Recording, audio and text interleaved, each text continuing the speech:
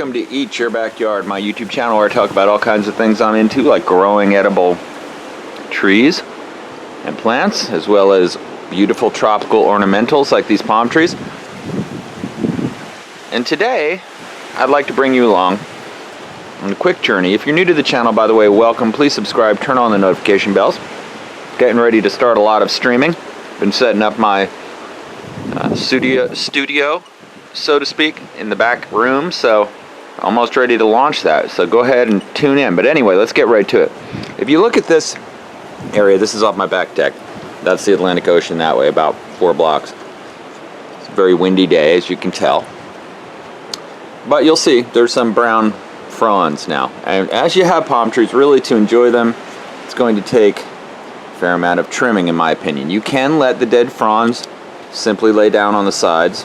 Some people do that. I don't have a problem with that. I'm just saying, for me, I don't necessarily like it. And I found it also, when you let enough of them fall down on the sides, snakes and rodents love to make homes there. So I'll use my, by the way, if you are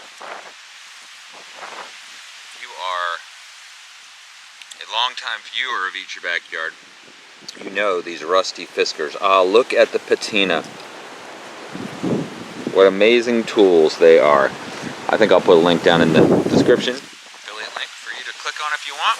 Support the channel, by the way, if you want to support the channel. A good way to do it is just to click on any of the links in the description. And actually, if you, anything you get on Amazon then goes to help me buy all this goofy camera equipment. Alright. Yeah, so you'll see something about the Robellini. Of course, they've got those deadly thorns. No, they're not that deadly. These are actually tolerable, in my opinion. You'll get stuck with them occasionally, but I think quite tolerable. Now look at that. We got a, oh, see, that's a classic right there. The thumb into the spike. That's gonna happen. All right, but you see this one? That's a remnant. I shouldn't have done that. Left the spine on it, so I'll try to. That's a solid one. There you go. I got it. Yeah, so you can see,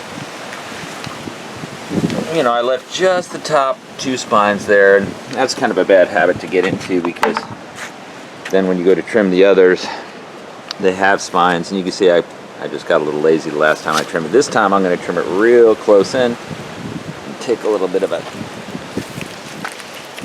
poke from some of the ones that are still in there. Yeah, they're very fibrous. One thing about these old fiskers is I have never sharpened them, ever.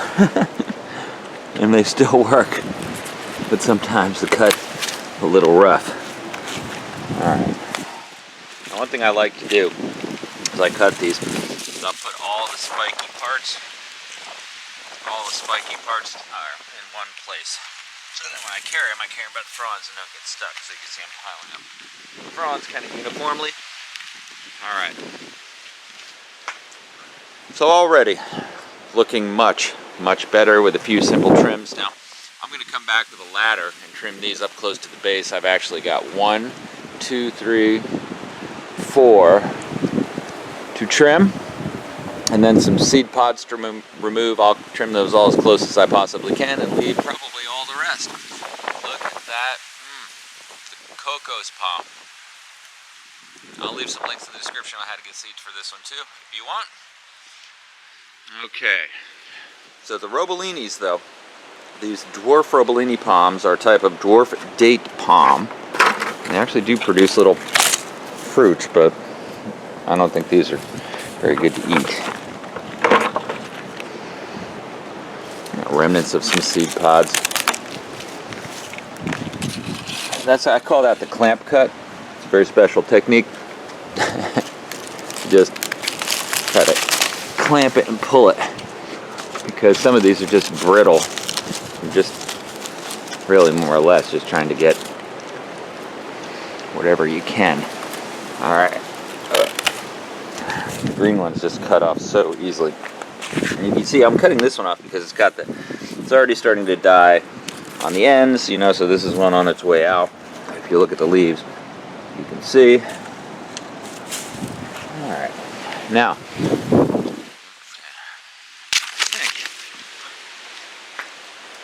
to be able to get out of here without ducking. Oh, look at this one, it's got a little bit of brownness in it, so that's going. This one over the top, I'm going to leave it. Alright, now that's starting to be cleared out. Clean up this side. I don't want to go too crazy, but enough that I'm not getting tagged with it. This is something I like to do, which is just to trim the frond and fit out, so I'm not removing the whole thing, which is kind of nice in this case because I don't want to create a hole there, but just to trim off the end. And you can do that. I don't see many people doing it. This one's brown. Get rid of it. It's easier to trim when it's, yeah, that was one that I had trimmed before to reduce the length of it.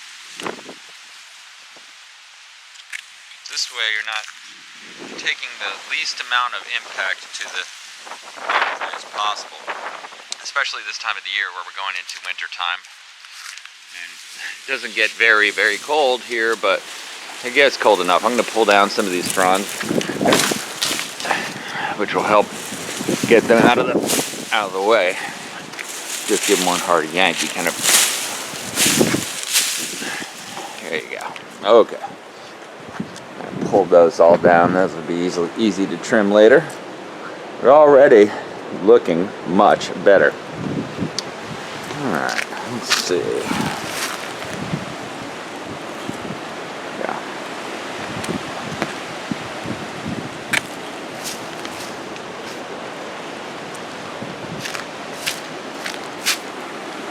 Breaking up is hard to do.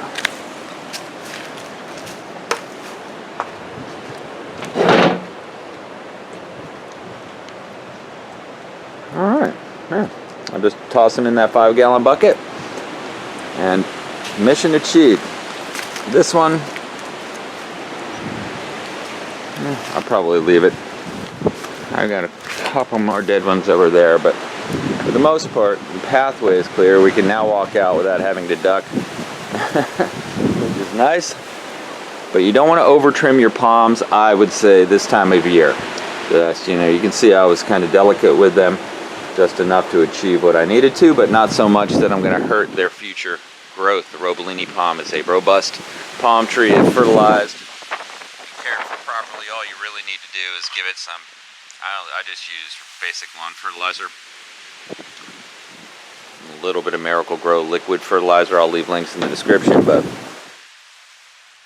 aside from that, they're basically growing in what I would call beach sand with some organic matter mixed in.